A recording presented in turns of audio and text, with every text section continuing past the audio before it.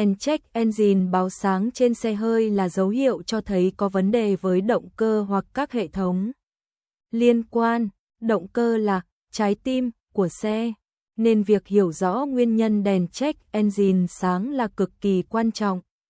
Trong video hôm nay, chúng ta sẽ cùng tìm hiểu về đèn check engine, nguyên nhân gây ra nó và cách xử lý khi đèn này báo sáng. Đèn check engine là gì? Đèn check engine là một hệ thống cảnh báo khi có sự cố với động cơ hoặc các bộ phận liên quan. Đèn này thường nằm trên cụm đồng hồ sau vô lăng, có màu vàng và biểu tượng giống con cá vàng, nên còn được gọi là lỗi cá vàng. Hệ thống điều khiển động cơ ECM tiếp nhận thông tin từ các cảm biến trên xe, xử lý thông tin và điều khiển hoạt động của động cơ. Khi ECM phát hiện thông tin sai lệch hoặc mất tín hiệu từ cảm biến, đèn check engine sẽ sáng để cảnh báo tài xế về vấn đề này. Các nguyên nhân khiến đèn check engine báo sáng. Buji gặp vấn đề.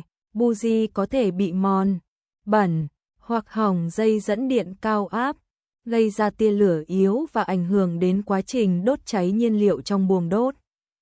Lỗi bobin đánh lửa. Bobin đánh lửa tạo ra dòng điện cao áp để buji phát tia lửa điện. Khi bobin hỏng, buji không thể đánh lửa đúng cách, gây rung giật và có thể khiến động cơ ngừng hoạt động. Kim phun nhiên liệu tắc, nghẹt. Kim phun cung cấp nhiên liệu cho buồng đốt. Nếu bị tắc, kim phun sẽ ảnh hưởng đến hiệu suất động cơ và gây báo sáng đèn check engine. Nắp bình nhiên liệu chưa chặt. Đèn check engine có thể sáng nếu nắp bình xăng không được đậy kín, gây rò rỉ nhiên liệu. Hệ thống kiểm soát hơi xăng. Hệ thống EVAP ngăn hơi xăng bay ra ngoài. Nếu hệ thống này bị trục trặc, ECM sẽ báo lỗi. Hệ thống tuần hoàn khí xả, EGR, van EGR và đường ống có thể bị tắc do bám bẩn, ảnh hưởng đến việc tuần hoàn khí xả và làm đèn check engine sáng. Van hằng nhiệt bị kẹt.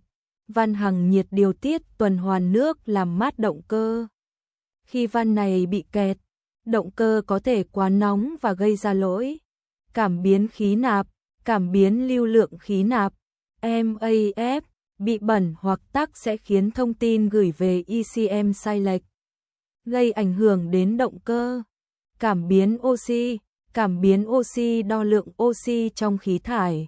Khi cảm biến này hỏng, quá trình đốt cháy kém hiệu quả và tiêu hao nhiều nhiên liệu hơn. Cách xử lý khi đèn check engine báo sáng. Xác định vấn đề. Ngay khi đèn check engine sáng, hãy tắt máy và kiểm tra nguyên nhân. Một số xe sẽ hiển thị đèn nháy đỏ để cảnh báo tình trạng khẩn cấp. Đi với tốc độ trung bình. Nếu không phát hiện vấn đề nghiêm trọng ngay, hãy lái xe với tốc độ dưới 40 km/h và tránh chở nhiều hàng hóa.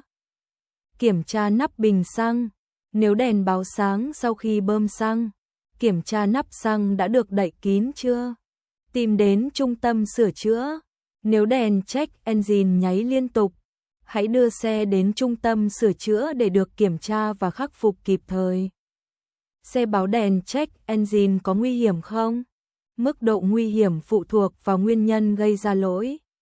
Có thể có những nguyên nhân không quá nghiêm trọng nhưng cũng có những lỗi cần được xử lý ngay để tránh hư hỏng nặng hơn. Hãy luôn chú ý đến đèn check engine và xử lý kịp thời để đảm bảo xe luôn hoạt động an toàn và hiệu quả. Đừng quên theo dõi kênh để cập nhật thêm nhiều thông tin hữu ích về chăm sóc và bảo dưỡng xe hơi nhé. Chúc các bạn lái xe an toàn.